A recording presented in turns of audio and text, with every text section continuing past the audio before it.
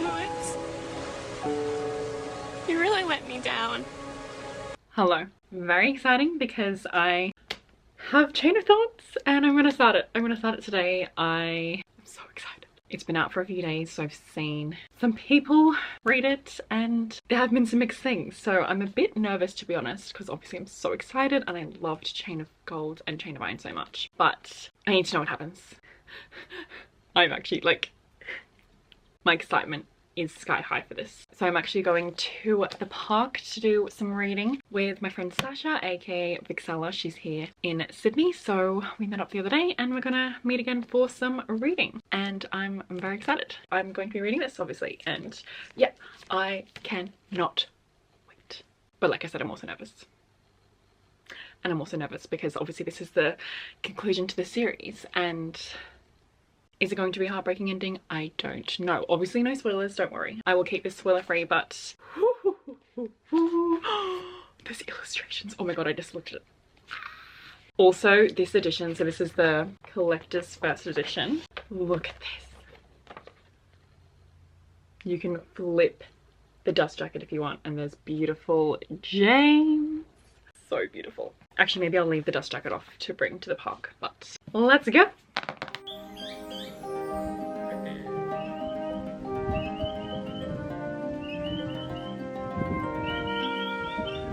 We have an unwanted guest. Please, sir, leave us alone. We don't want what you're selling. He was trying to eat our sushi. Look at this like comb over it's got going on. He is so close to us. No, literally. Look at this. No, no. Oh, he's looking at me. Would you like to annotate? Please give us our space. You're just like the men in America. Ew. Ew. Ew. I literally rest my case. Oh my god, this is actually not okay.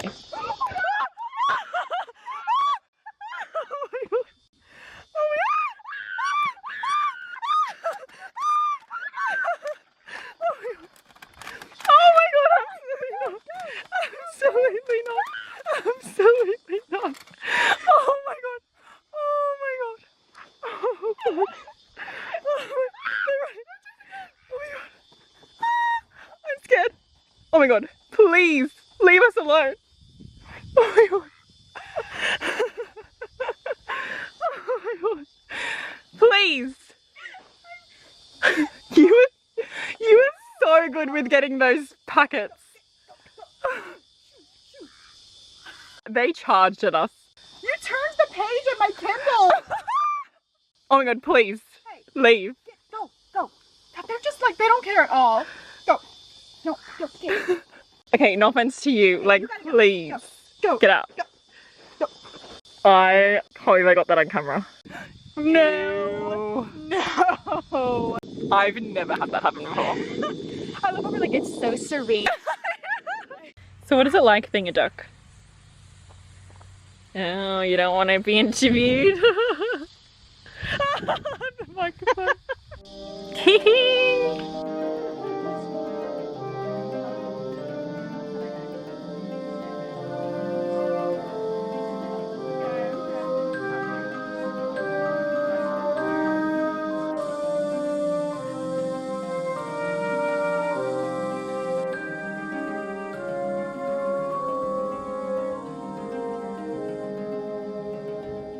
Okay, I am home and I actually got a lot of reading done at the park.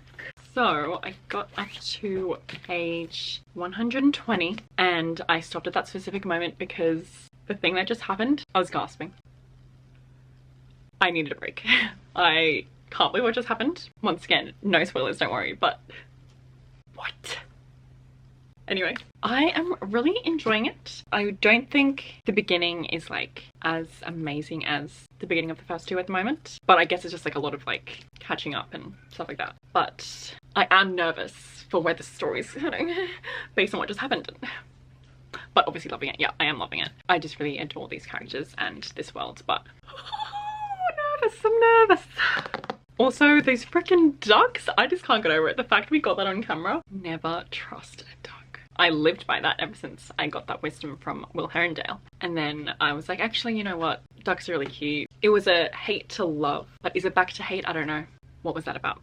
And then also one of the ducks pooped on my bag. Thankfully, it was like one of the like Coles shopping bags, so we were able to clean it. But ew. Anyway, yeah, so honestly I would love to continue reading, but I don't have time to continue tonight. But as soon as I continue reading, I know I'll be very invested because of what just happened. Okay, I'm going to show you this illustration as an example of some of the stunning illustrations because I don't think that's going to be a spoiler. I really want to show you the one that I just saw, but I think that's kind of spoiler vibes. But wow, love it. This is like my dream. Reversible dust jacket with the illustrations inside. Thank you. Hello, so I haven't updated since I read a bit more. I just read a little bit more. I'm on page 138 now, but something drastic happened. I was reading it on stream, which is why I didn't update the vlog. I'm not happy about it. I'm not happy about what happened. Obviously I won't say spoilers, but it might get to a point where I need to talk spoilers. Obviously I will warn you. Oh, yeah. I'm really annoyed right now. I have so many thoughts right now, but anyway. I'm not happy about what just happened. And I'm terrified for this book actually because like obviously I've been enjoying it because I just really enjoy this world and these characters, but it doesn't have the same magic as the first two so far. And based on what's currently happening, I don't think it will. I honestly could cry. It's so sad. I'm terrified. Anyway, on stream when I was talking about it, I ended up looking up what people were saying on Goodreads because I feel like I haven't seen too many people talk about it. Anyway, it's been getting some bad reviews and I'm scared. Like some 2 stars, some 3 stars. Obviously 3 stars is not bad, but like for this series, like people who love it, like usually it's like 5 stars amazingness. So I'm scared. Especially because I loved the first 2 books. Like the first 2 books, 5 stars, amazing. And I've been saying that this could be my new favorite Shadowhunters series. But with the progression of the story so far, with this book, I don't know and I'm scared. Anyway, I think today Caitlin and I are going to try to read it and hopefully finish it because we're on the same page. Like we're both kind of like, what is happening? And we're both terrified. And we're at a similar point in the story. So we decided we should just try to power through it together, have each other's support. But yeah, I'm really terrified. Okay, I've decided from this point forward there will be spoilers because I couldn't contain my thoughts. I needed to discuss everything that was on my mind. So if you don't want to be spoiled, I recommend exiting the video. If you don't care about spoilers, obviously continue watching, or if you've read the book, continue watching and please let me know your thoughts because yeah, that book, obviously I finished it now, but you will see all of my thoughts. Anyway, spoilers from this point onwards. What the hell? Why did Matthew and Cordelia kiss? The whole Matthew and Cordelia romance came out of nowhere. I know there was like a little bit of a build-up where it was hinted at that he had feelings for her in the first book, but I was always like, okay, like it's not really anything to be concerned about because it was so minuscule. And obviously Cordelia is so head over heels for James, and I know that Cordelia doesn't feel the same way towards Matthew, so I was kind of just like, I don't know why she included that. I did not expect this to be the case where there's some weird love triangle going on now. I'm so pissed honestly because I don't mind love triangle if it's done right. Like obviously with the Infernal Devices, I actually really enjoy that love triangle because all 3 of them love each other so much, you know, so it makes sense. But it definitely seems like she's just recycling that same, you know, the 2 parabatais with the girl love triangle vibe. What is that about? It's not gonna work again, not in this situation. And it's just so out of character for Cordelia to be like actually into the kiss and into Matthew and everything and not thinking about James. And then they freaking come to the hotel room and James is waiting there for her and he sees it. Oh my god, that was way too much. That was way too much. Of course he decides, oh, I'm not gonna tell Cordelia about the whole like bracelet and grace thing because it'll be too much and like she won't believe me. No, James! Why? So I'm really scared because I'm like, okay, does that mean for the rest of the story, Cordelia's gonna think that James is actually in love with Grace and all that? And then at the end, maybe he'll reveal it and she'll be like, oh my god, why didn't you tell me this whole time? And then I'll be like, oh, I just didn't think you'd understand. Like, I didn't think you'd believe me. Like, blah, blah. I'm like, oh my god, of course I love you. And then they're gonna get together. But I'm like, okay, even at that point, that's not gonna be satisfying because like it's kind of ruined with the whole Matthew stuff. I'm so pissed. Honestly, what goes on? Why? Why? And then Caitlin made a really good point that at the moment we're getting a lot of like Ariadne and Anna and some of the other side characters, and I'm like, yeah, like obviously love them, but why are they kind of becoming the main focus right now? Like they're not the main characters. I want the Cordelia and James content. Like that's what I love most about the series. Obviously I love lots of things about the series, but Cordelia and James, like they are like one of my favorite couples. Well, they have been up until this point. Anyway, I'm terrified. But yeah, I'm gonna try to finish it today so we can do it. Can you see me? Can you hear me? Can everybody see me? Can everybody? Yeah, no, well, as soon as I said that, I was like, where's that from? Wait. Gilderoy Lockhart. So, I have just sat down to continue reading. Caitlin's on FaceTime. Do you want to say hello even though you're not in the shot right now? Because I also this hopeless romantic candle. Oh, stunning. And it smells gorgeous. It's from Typo. So no offense, you should maybe go. Beautiful. Yeah, so obviously we were talking about it. And we were actually talking about the beauty of fantasy, because obviously fantasy is amazing, and how fantasy can help you like appreciate your humanness. Because obviously you can read fantasy and then like you're like, oh, I want to be this like supernatural creature, but you know, be thankful for your human heart, you know?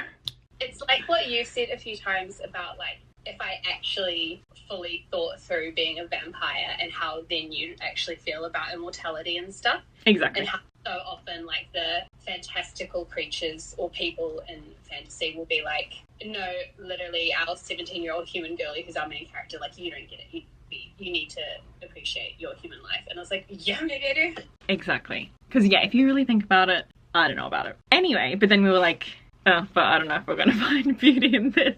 If I'm going to be spoilery, there's a lot more I need to talk about. The Matthew being in love with Cordelia thing, like, obviously I wasn't going to blame him because who wouldn't love Cordelia? But I didn't think it would be the case where he would act on it if he actually knew how James felt, sort of thing. And I guess he doesn't know right now, but the way he acted when he saw James, like, he was being disgusting. And I'm like, okay. And then Caitlin was like, yeah, that's literally your parabattine. Like, are you kidding? I swear he had no remorse or anything. And then also it was revealed that he's been lying to Cordelia about his drinking this whole time. Like, no offense, is anyone supposed to be on board with Cordelia and Matthew? And I think the answer is no. That's what makes a horrible love triangle, when it's just so obvious who should end up together. Like, what's the point? What's the point?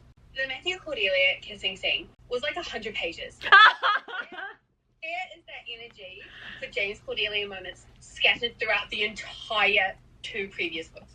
Yes, that is another great point by Caitlin, because yeah, obviously we've only gotten a few like true moments of intimacy between James and Cordelia. The fact that the Matthew and Cordelia kiss was described in such detail and went for so long, I'm like...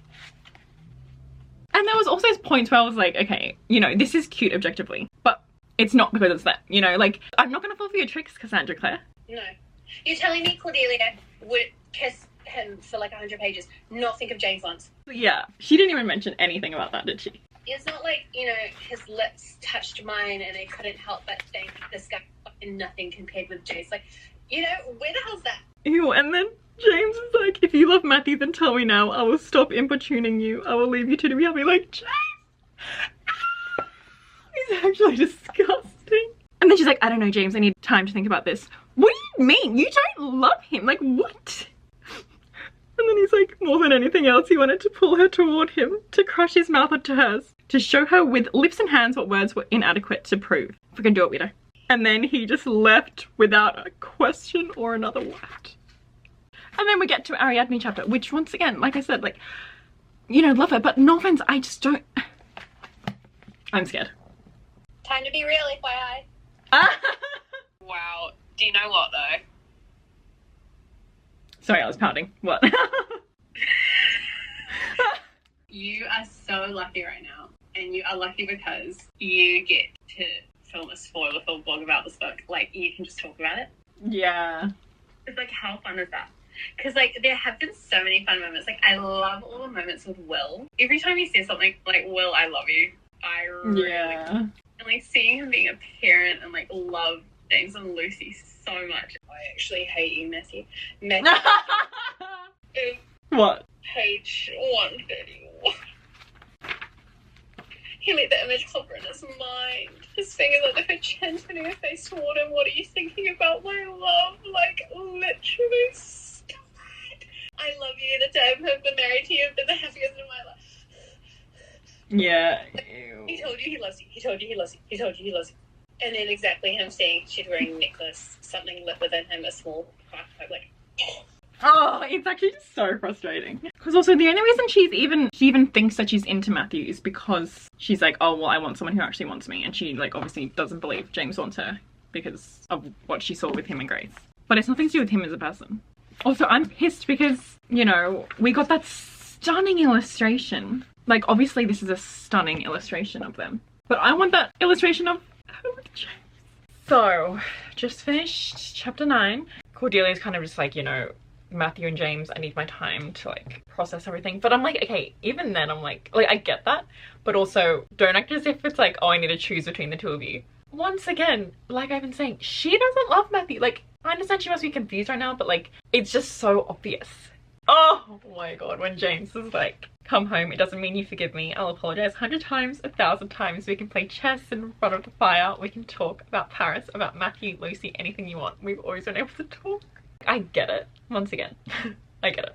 But I just hate how it feels like, you know, this switch has been flipped and she's suddenly like, I don't trust anything you say. And that hasn't been her attitude this entire time. And I know, you know, she probably felt like really betrayed and stuff when she saw him with Grace, but like, just let him explain, which it's also his fault for not explaining properly, but like, it's just so frustrating. Anyway, but thankfully Matthew has said, you know, I didn't think you'd care about Cordelia coming with me to Paris. I wouldn't have done it if I did think that. Yeah, he's showing remorse and, you know, love for James, obviously. So good on them, but no offense, Matthew, I think at this point, no matter what you say, no matter what you do, I don't like you anymore because I'm just so frustrated with what's happening. Matthew's like, please, like, don't hate me. I don't think I could bear it. But then even then, I'm like, maybe don't run off with Cordelia and kiss her, maybe. But anyway. And then James is like, I could never hate you, for all my hate is reserved for myself. I have none left over for anyone else. It's disgusting. So like, what do you think's gonna be the case? Like, do you think it's gonna be like Cordelia just like, oh my god, is it Matthew, is it James? Like, do you think that's gonna be the vibe? Well, I mean, you're gonna read it in like one page, so I don't feel like I'm spoiling anything for you. Oh, right. Alistair's like, well, so you've just been in Paris with your husband's parabatai, okay? He's like, are you in love with Matthew? I don't know. Cordelia said. Yeah. I don't know. What do you... Don't even try. In what world are we entertaining this? Like, in what world are you even considering the possibility that you're in love with him? That is a joke. Who the hell is this Cordelia? Not my Cordelia. Maybe it's just because she's young or something and like she's confusing the attention and like... Obviously she's like getting that confirmation that she's desirable and like this person has like really clearly expressed how they want her and stuff like that. Maybe she's just confusing that for love, but I'm like, hey, I feel like you're someone in this, like, you know, like... Ew, that's actually... I thought you were gonna say like, oh, she's realized. I didn't think it was gonna be that.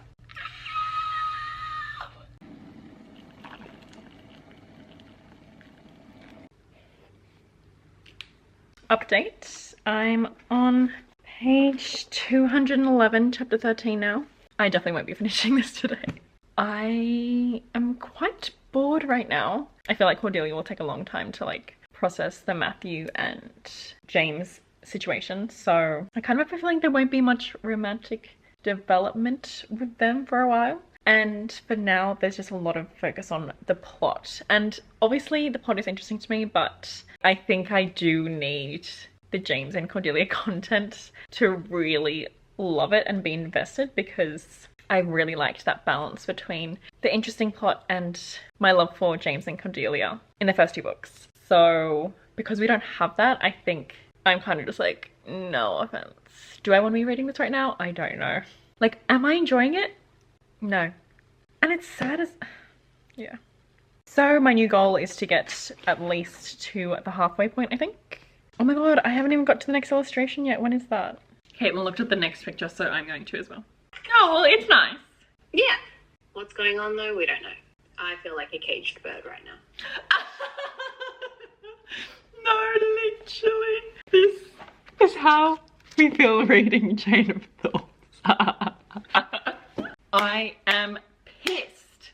Cordelia, she is one of my favorites. Like, I love her. She's pissing me off. Like, I get it, everyone goes through their moments. Like, she's clearly having a moment, but actually, and Caitlin did say that maybe because she's without Cortana, she's having like an identity crisis or something. Like, there are obviously lots of possibilities as to why she's acting this way, but she's just really not acting like herself, and it's really annoying me. She is having a fight with Lucy right now, and she is being cruel. Like, I get it, she's obviously hurt because Lucy befriended Grace behind her back and stuff like that. But Lucy explained that it was because she was trying to save Jessie. It's a complicated situation, but she's just being so mean. And she's like, we're not going to be parabatised. Please. Like, it makes sense. Lucy says she didn't tell her because it was so forbidden. It was so dreadful. I didn't want to pull you into any of it. Like, that makes sense. It's obviously a stressful, dark thing. And then Cordelia's like, nonsense. You wanted to do what you were doing and not have me fuss at you about Grace. Like, 100% that's not the case.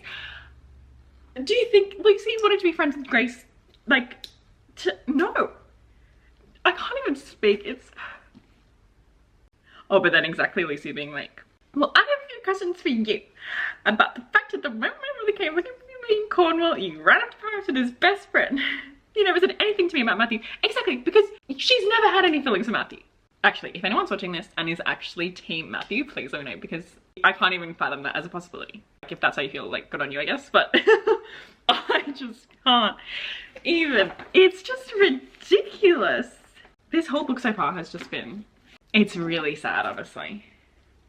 It literally seems like it's going to be one of those, like, how much of a mess can we make in 600 pages, and then how quickly can we tidy it up right at the end and not give you any joy of seeing people happy? There are a few things I hate more than, like, this cocktail of the most extreme miscommunications possible and, like, withholdings of truths. Like, my heart just started beating faster as soon as I hate that shit. Tell people what the hell's going on. And it's like that combined with the, like, we're going to have just utter chaos and misery the whole time. And then I'm going to kind of wrap it up quickly and you're never going to see them happy together. No, literally. And also, like, maybe I'd be not as pissed if this was the second book. Like, the fact this is the final book. Like, this is it. This is all we're going to get. So... Like, we have been waiting and waiting and waiting for James and Cordelia. And... yeah, the fact we just know it's just going to be at the end, like, that's just a joke. Yeah, honestly, take a moment. Also, I literally have only recently tried to be nice towards the miscommunication trope.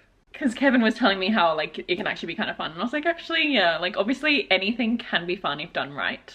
But no, I'm back to hating it. I feel, and I would never ever have guessed I would say this, I feel more warm toward Grace than I do toward Cordelia right now. No, because you were talking about, like, you know, Grace redemption arc, like, she never knew, like, you know, and she's actually sorry about the things that she did, and, like, she's trying to make it right and stuff. Obviously piss off, but Cordelia is really rocking me out right now. Like, yeah, do you even deserve him? Like, I don't know. Matthew doesn't deserve him as his parasite. See, this is why, like, Infernal Devices is just so perfect. And honestly, seeing, like, Will and Tessa is, like, my favourite part of this book at the moment. Like, Will is just being, everything Will does is hilarious. And then, like, all that phone call thing, and then he just, like, kisses Tessa and leaves the room. Like, exactly, they're still so in love. No, I'm pissed. And we have literally, like, 600 pages to go. No, wait, we have 400, but I don't know what to do. So, chapter 16, Chimes at Midnight. Okay. So I'm still, not loving it, but finally I've had my first doggy moment. But it was actually a Lucy and Jessie scene. And I've always loved them, like, throughout the series. Love Lucy and Jessie. Maybe I need to shift my perspective to enjoy this book more and just focus on them as the main couple, because I just have no hope for Cordelia and James at this point. But Lucy and Jessie, so cute. Oh wait, actually, sorry, before we get into that, I need to talk more about the fight between Cordelia and Lucy, because when I updated the vlog, I didn't even get to the point where she was like, oh, Lucy, it's like you don't live in the real world, you live in a world of stories. Disgusting, condescending, gross. And also, it just makes no sense coming from Cordelia, because she definitely is not some, like, realist who doesn't see the magic in the world and, like, has hope and stuff. And once again, I understand situations can, like, cause you to be in these moments. But this just isn't her. Like, it isn't. Even her saying that weird thing where she's like, I've never pictured me and James having a happy ending, and if I can't picture it, maybe that means it won't be true. And I'm like, okay, that's just the weirdest thinking. And that doesn't seem like Cordelia's type of thinking. Cordelia's just really acting strange to me, like, I just don't get it. But anyway, so Lucy's talking to Jessie, obviously she's really upset about the fight. And she's like, She's like, it's hard to explain, but when someone is your priority or nearly and you feel distant from them, it is like a piece has been cut out of your heart. I don't mean to be dramatic. And then he's like, it's not dramatic. That's how I feel when I'm away from you. Exactly. I think just especially, like, obviously everything about that, but him saying like that's not dramatic as well is really stunning to me, because I feel like I've been called dramatic so much in my life. So like, it's always nice to get the reassurance that obviously you're valid in how you're feeling. Oh, and then, you know, they're having their moment, which I was telling Caitlin that like, obviously they're young, like they're 16 or whatever. Well, I usually forget their ages and I like picture them older, but for some reason with Lucy, I think because when we first were introduced to her, it was like a flashback to when she was like 10. For some reason, ever since then, I just always picture her as a 10-year-old. So like, I actually was feeling a bit like, oh, reading that scene, but obviously it's super cute. And then he's like, you know, I dreamed of this, of being able to touch you, really touch you. I could always only half feel you, and I imagined what it would be like. I torture myself with it. And then she's like, is it like what you thought? I think it might break me. You might break me, Lucy. Like, that is stunning. Do I care about Tatiana and all that? Not much. But I do really enjoy like the Jessie stuff. So it's quite interesting how she's like, when I kiss you, there's like voices crying out. So when the two of them touch, something's amplified because Jessie has been able to cross the border between life and death. Oh, and then he's like, I do not think I could bear to let you go, Lucy Herondale. I think I would follow you even if you ordered me away. I'm alive because of you, but not only because you commanded me to live. I'm alive because my life has you in it. Ew. And what is this random house full of rats, which were pets? Disgusting. And if you watch my Twitch streams and stuff, ever since my Ratatouille PowerPoint, I swear rats have been haunting me, and this is an example. Like, why? So Cordelia is talking to Anna, and oh my god, my heart sank when Anna was like, are you with child? Because I was like, like, did I miss something?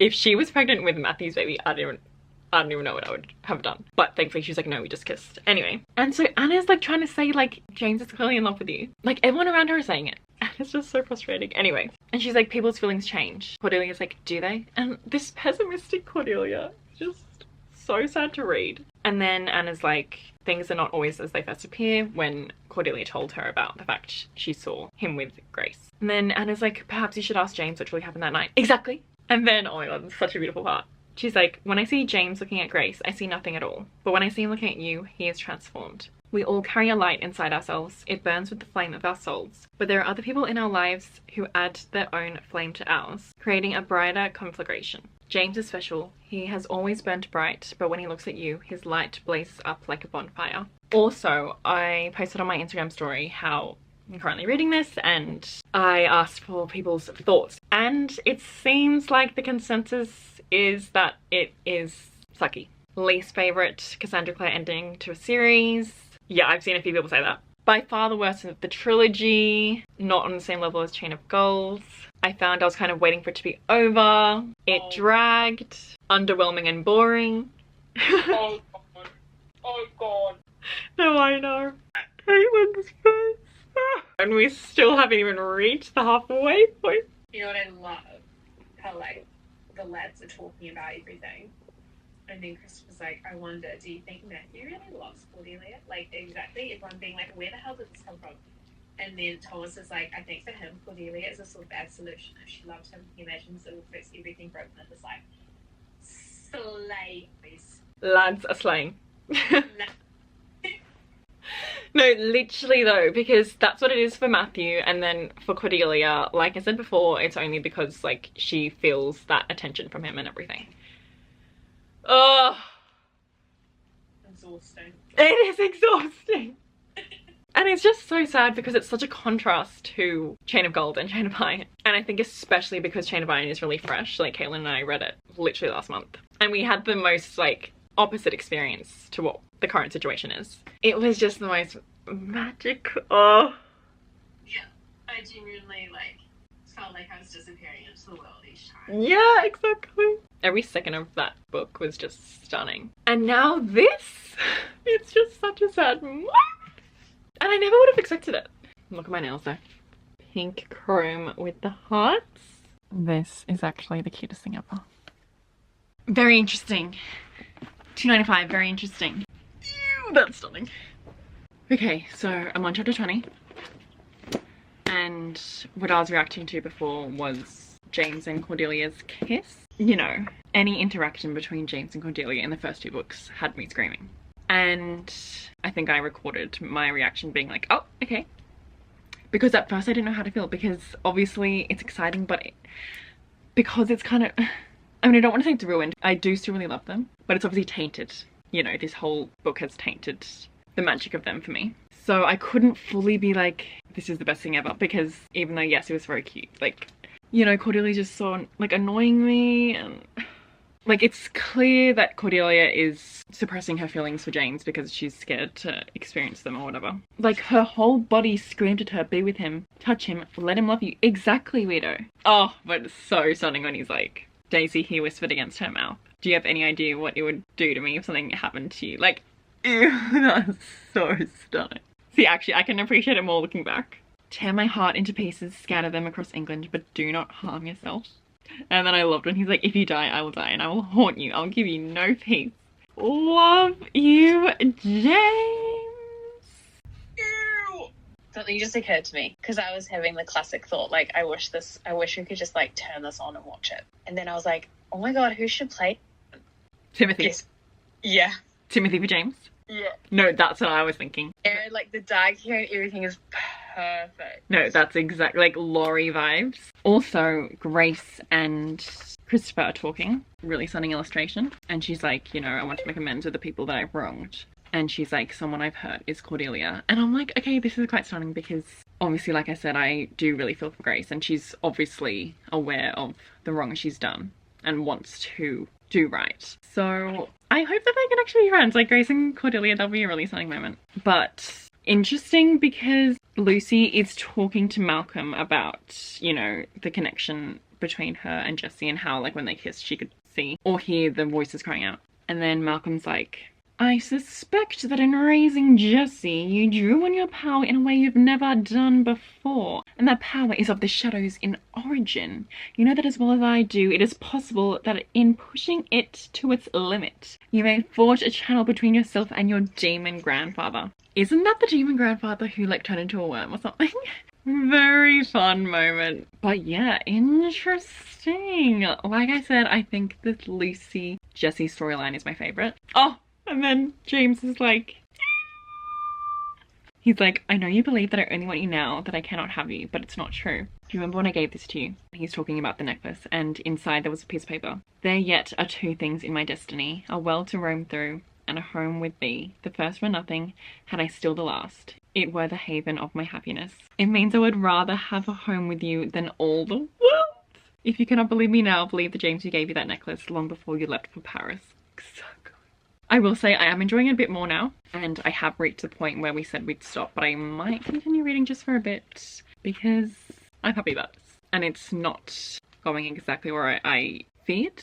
It's still not amazing, but I am enjoying it a bit more, so I'm happy about that. And hopefully Cordelia realizes that James does love her, and that James can tell her about the Grace stuff now, please, and thank you. Good or bad?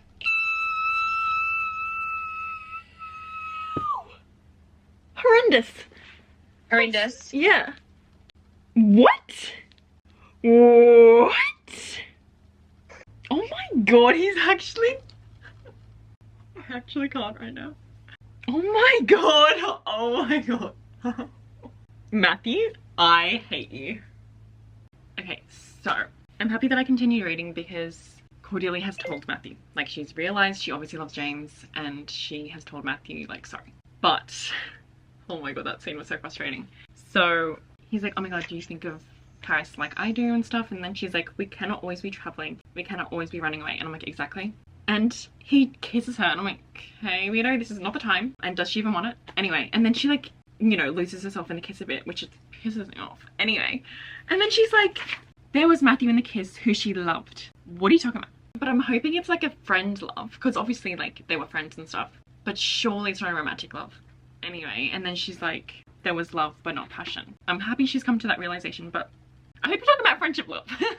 Anyway, and then I want to preface this by saying I understand he's dealing with an alcohol addiction. That obviously does a lot to a person, and I do have a lot of empathy for people who deal with that. But this just annoys me so much. He is putting the pressure on Cordelia to, like, fix him. He's like, you know the reason I started in the first place? Drinking. You can help me. Don't put that on her. Anyway, so she tells him, what I feel for James doesn't change. It's nothing to do with you. You ought to be adored above all things. You are wonderful, but I do not have the whole heart to give you. And he's like, because you still love James. Then she's like, I've always loved him. I always will. It's not a choice. It is part of me, like my heart or my soul or katana. Like, that's beautiful. And he's like, I can wait for you to change your mind. Oh my God. And then she's like, you know, I don't want there to be any false hope between us. He's like, but you don't love me. I get it. I'm a drunk and I always will be. Like, once again, I know it's obviously because he's insecure and he's dealing with all these things, but it's just like, oh my God, just please. Anyway, yeah, and then he leaves and he's shaking his head. Like, oh my God, I'm sorry, Matthew. You are just pissing me off. And I thought that he was kind of like, oh yeah, sorry, like I didn't realize James actually does love you and stuff like that. So I thought he would be more like, obviously heartbreaking because he loves Cordelia, but more, you know, okay, I get it. I was wrong. Obviously he does love you and like, it's just so frustrating. But also good because obviously, yes, I am thankful that she's come to this realization because I thought it would be near the end. So happy it's now, at least. Today is the day that I'm going to finish chain of thorns. 50 million readers. Are there even that many people? I'm on chapter 23 and boring. There's like all this plot stuff right now that I just don't care about. I really don't. I'm actually fighting for my life trying to like focus on the page because I keep like getting distracted and I'm like, oh wait, no. You know, and that is not a good sign. I am really close to...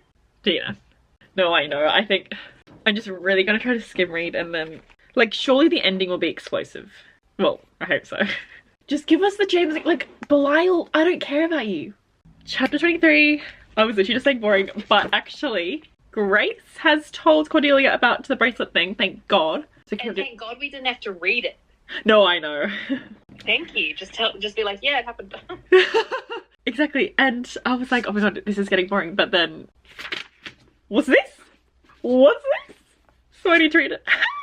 She looked up and there was James coming down the steps.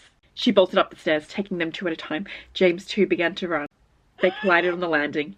They tumbled into a heap, rolling over, skidding down several steps until James arrested their fall. And somehow Cordelia was underneath him, and she could feel the slamming race of his heartbeat, see the look in his eyes, bewilderment and hope and pain, even as he started to get up to ask if she was alright. James, stay! I love you. Keep reading. Without you, I cannot breathe. All the years that I have loved you. No, but then Cordelia began to fear it would not be enough to tell him she loved him. He might fall regardless. Shut up. Let us have at least one page. I need this as an art print. Yeah. That is beautiful. There is no one else in this world as my most beautiful, maddening, adorable wife that I could have ever loved half as much as I've loved you. My heart beats for you and only ever. Okay, 5 stars. Cordelia burst into tears. Oh, that's me. They were tears of relief, happiness, joy, even desire. Licked his throat. Oh my God. Oh. This is too much. This is what we've been waiting for. Did he say that? He said that. He said that. What? Which one? I never want anyone to see like this but me. And then keep reading, keep reading. Oh my God, that is the best thing I've ever read. James, I hate you actually. I hate you. Cordelia and James are together. She knows the truth. They've confessed their love. They've had their stunning moment together. And it was beautiful. Then them in the bath together. He's like, we are married and we will remain married and in love until the stars burn out of the sky. So stunning. But I am scared because we still have so much of the book left. So is something going to happen to them? Like honestly, maybe I should just stop reading here. And that's the ending. There's 300 pages left, basically. Ew. Everything's going to go wrong. Maybe this should be the end. So I'm really skim reading because I couldn't care less right now about the plot and everything going on. I really love the plot in Chain of Iron, like all the like mysterious deaths and stuff. Wasn't that the case? Yeah, it was the serial killer. Yeah, the serial killer. Oh, that was so fun. Like it would be like the murder scene and it would be like, oh, you and then they become, you're like, who do you mean? Yeah, exactly. It was so fun, but like this, I just really don't care. Like, I don't know what it is. Tatiana used to be kind of interesting, I guess, but like I'm just so over it. And like Lilith is here, like I just don't care. But like really stunning illustration, and that was a cute little Thomas and Alistair moment. I do love them. But yeah, at the moment I'm just really reading as fast as I can. Like I'm considering DNFing it, but I also want to know what happens. So I feel like a stunning ending in my eyes, which I don't think will happen, but I feel like a stunning ending would be Alistair, Cordelia, James and Thomas moving to Tehran happily ever after, but I don't know if that's gonna happen. Christopher died, which was obviously yeah, Christopher died. Obviously sad, but because I'm just so like over it right now, unfortunately I didn't really have much of a reaction. But obviously love you, Christopher, like I'm sorry. It's interesting, I thought he and Grace would end up together. Yeah. I think Tatiana also died. Okay. And Belial is gone and he took James and Matthew with him. James and Matthew are in this like demon realm. And James is like, don't worry, their friends are gonna come for us. I do really love this passage on grief. But other than that, boring. So yeah, I'm gonna try to continue to skim read. But we did look at the illustrations. Oh, so this must be James and Matthew waiting in the demon realm. And then this illustration, what's this about? I'm scared that it kind of might be like a bad thing. Like what if this is James? Wait, is this James, do you think? I don't think so. Or is it Belial or something stupid? Oh, room filled with ghosts of shadow hunters. That's a fun one. Grace and Christopher get to talk. Oh, love that. I'm happy for Grace. Like, she's really showed that she's taken accountability, she understands what she's done is wrong, and she was manipulated by her mother, so I'm happy that she has some happiness. Black Sky of Possessed London, that's a fun one. Oh no. So Cordelia and stuff have found Matthew, but Matthew's like, James has already accepted that Belial would possess him. Oh, ew, if that's how it ends, that's a joke. Okay, yeah, so this is Belial possessing James. Oh! Are you at the stabbing? Yeah, plunge the sword into his own heart with Cortana. But I'm hoping that means that gets rid of Belial or something. Oh yep, stepped out of James' body. Stunning. So happy we're doing this. No, I know, thank God. Thank God, I feel happier and lighter already. Yeah. Okay. Epilogue. Okay, finished Chain of Thorns, and thank God, because I just said to Caitlin that I feel like this was a dark cloud looming over us. Like, it's just not fun when you're dreading continuing to read a book. So I'm happy that we decided to skim read the end. I know some people are not on board with that, but to that I have to say, I just do not care. Like, life is too short to care about something like that, and I don't like to do things that I'm not enjoying, and I was not enjoying it. Like, I honestly felt like I was gonna cry if I was forced to read it, you know? I'm happy with the ending because James and Cordelia are happily together. Matthew's like going off somewhere, good on him, and Cordelia and James are having twins, so cuties. But yeah, very disappointing, this book. I decided to give it 2 stars because obviously there were some really stunning like 5-star worthy moments between James and Cordelia, but that was like max 5% of the book, so I can't give it higher than 2 stars. 2 stars is like a disappointing rating, and I am extremely disappointed with this book because, yeah, like I said, obviously some stunning scenes, but overall I have mainly complaints. Like, what the hell is this? The fact that Cassie Clare had to bring in another love triangle between the 2 parabatai and the main girl. Like, no, thank you. So yeah, disappointment, but it feels really good to have finished it. But yeah, probably my least favourite conclusion to any of her series. But we're free.